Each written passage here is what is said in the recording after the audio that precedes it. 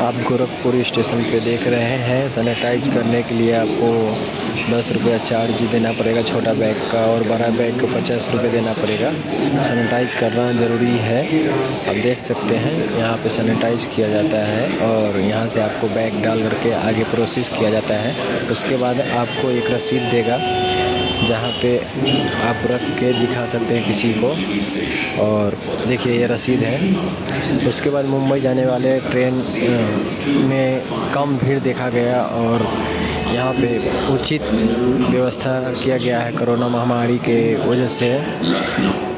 आप देख रहे हैं इंडिया तक राजदेवी न्यूज़। हमारे चैनल को शेयर, सब्सक्राइब, लाइक ज़रूर करें विशेष खबर के लिए। धन्यवाद। अगर आप मुंबई जाना चाहते हैं तो 2542 9:50 का 9 नंबर प्लेटफॉर्म से जाता है, तो आप यहाँ से आप ले सकते हैं गाड़ी। धन्यवाद।